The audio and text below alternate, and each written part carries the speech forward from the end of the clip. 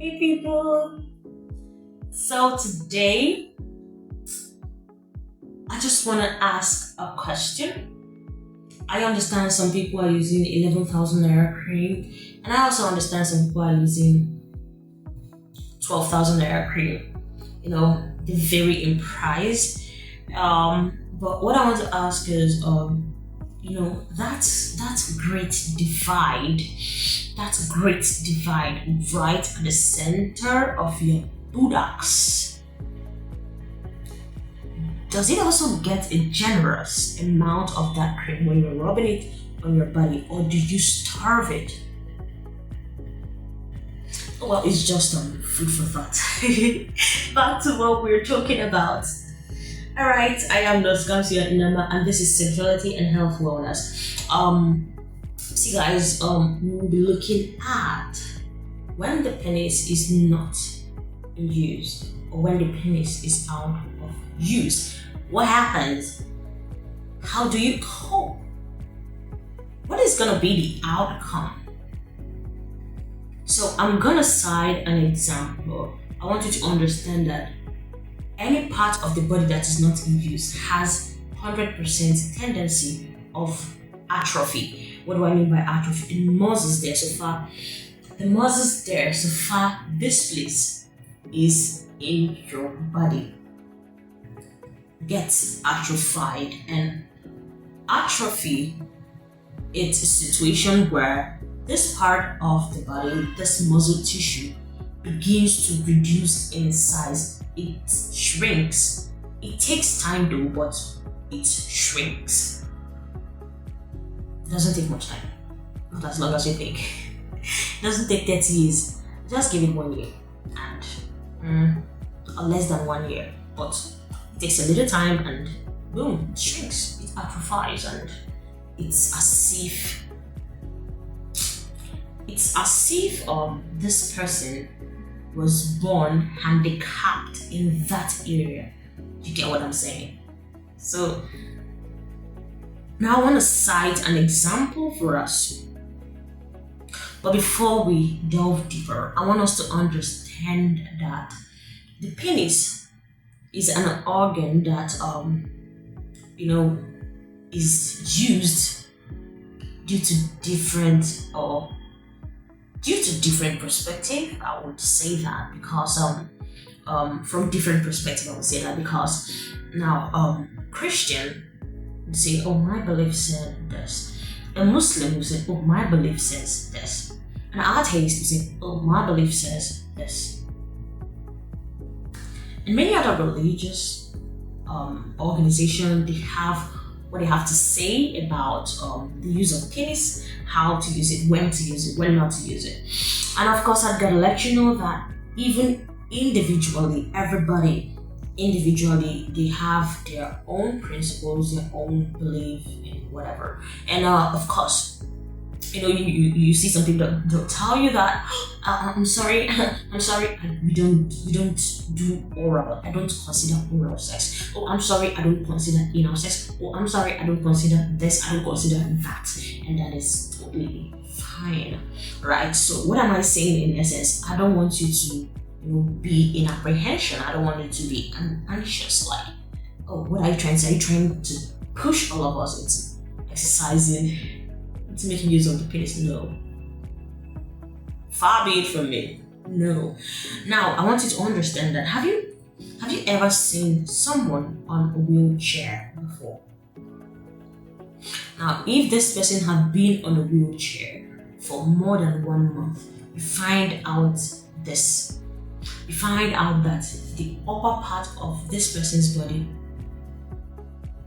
looks more built than the lower part of the person's body. So the lower part, that is from the waist down, is gonna be like lean, very lean.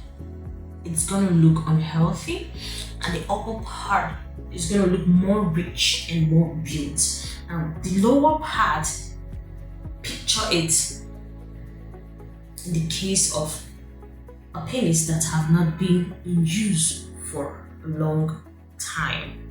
We're getting somewhere. Do not panic. I am not giving you license to go and yeah, some people don't want that. I am not giving you license to go and follow me. I've not gotten to where I'm going to. So be patient and follow me. Do not rejoice, do not be sad, just follow me. We're getting there. So some people are gonna be like, okay, my belief system, I want to stay pure till I get married. I want to please my wife. I want to, give her the best. I just want her to be the first to have a taste of me. No fears, no worries. Here is good news for you. I believe the creator knows that, you need it. You need it. And that is the reason why the body has a way of coping. Right? The body has a way of coping. Now, how does the body cope? When you are asleep, there are different phases of sleep. We have the non-REM, the non-RE, and the non-rapid eye movement, and then we have the rapid eye movement.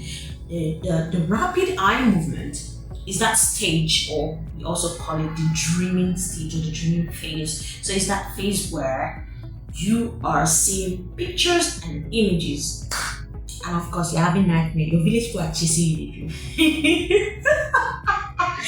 All right. Okay, let's keep it down. Your village people are chasing you, right?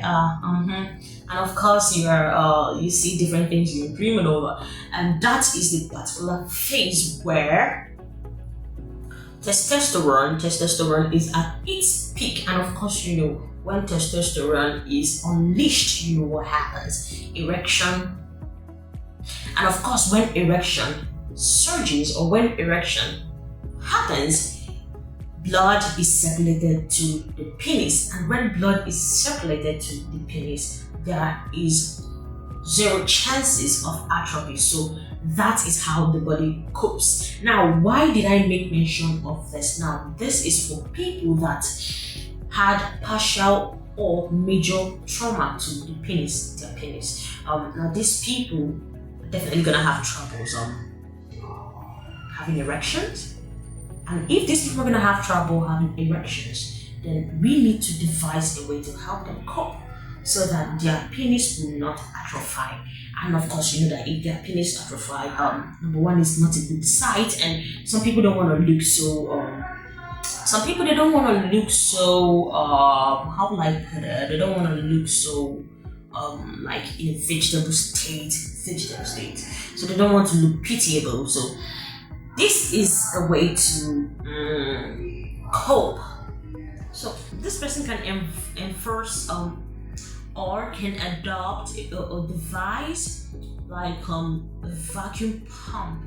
Now this device, what it does is when used on the penis, it enforces blood flow to the penis or through the blood vessels lining the penis, and of course you know what that means. That is going to reduce every chances of the muscles of the penis atrophying, and of course the penis shrinking or getting smaller. So this number one is definitely for people that So number two, so remember, number one, the penis is definitely gonna shrink, and of course I've given you how to cope in that regard, right? And of course I also gave you how your body copes if you are healthy and you had no minor or major trauma to the penis or to the nerve found in the penis, right? But that is what happens when it is out of use and the penis is not really healthy. So number two is what happens to the penis when it is out of use but you are healthy. Now what is that? I'd like to put it this way: sexual performance anxiety. Sexual performance anxiety, partially related to erectile dysfunction, because most times when you are out of office for long and then you going, okay, let's put it this way, right? when you are working as an employed personnel, and all of a sudden you decided not to work anymore. Now 8 years after, you decided to go back to work. Now I'd like to let you know that technically you are not meant to work without going for a refresher course. Yeah, because you are considered out of use, and you should go and refresh and come back to dispense what you have, right? So what am I trying to say in essence now? If maybe you have been having sex before, and then all of a sudden you're like, oh well, I want to refrain from having sex. I want to change, don't have sex until maybe later time or whatever. And now you eventually decided to have sex. What's gonna happen is what I call sexual performance anxiety, or partial erectile dysfunction. What do I mean in essence? You may feel like you may feel a bit insecure. You may feel like I don't know if I'm gonna get it right. I've been out of office for long. I don't know if I'm gonna get it right. I don't know if I'm gonna hurt this person. I don't know if this person is gonna feel okay. And of course, this also happens with people, or couples that just wedded and just got married, and they're trying to explore. You find out that you are anxious. You find out that worried. Am I going to perform so well? Am I going to satisfy this person? Is this person going to be okay with me? So in that situation, you are not going to get erected. You are going to have problems with erection. You may find out that your penis is going on and off in that regard. So the only thing is that this particular thing that I'm talking about can be managed. So how can it be managed? You just need to take a deep breath and get some encouragement here and there, and build up your confidence. And so depending on your partner, if your partner understands it this way, they can talk you out of it and make you be confident enough to handle the situation. And if your partner is the type that they just want to, they may end up insulting you. You don't know how to handle already, and they're just gonna walk out in here, and you may feel worse than you ever did. Sorry. Okay, number 3. Alright, I just it will be fair letting you know that a certain survey has it, and research, I must say, has it that when you don't have sex frequently, or when the penis is out of use, there is high chances of prostate cancer. But I'd like to let you understand that prostate cancer comes as a result of decline in age. But of course, you don't see a 20-something years old young man with prostate cancer. I have not seen that before. And if at all there is just a handful. So what am I saying in essence? Prostate cancer comes more as a result of old age than as a result of not having sex frequently, right? So, brethren, don't fear, do not fear. If your belief says do not have sex till when you're married, you are good to go. And if you are the sexually active type, please play safe. Right? Play safe, really. Play safe. Okay, I love you all. I'll see you in my next video. Mwah!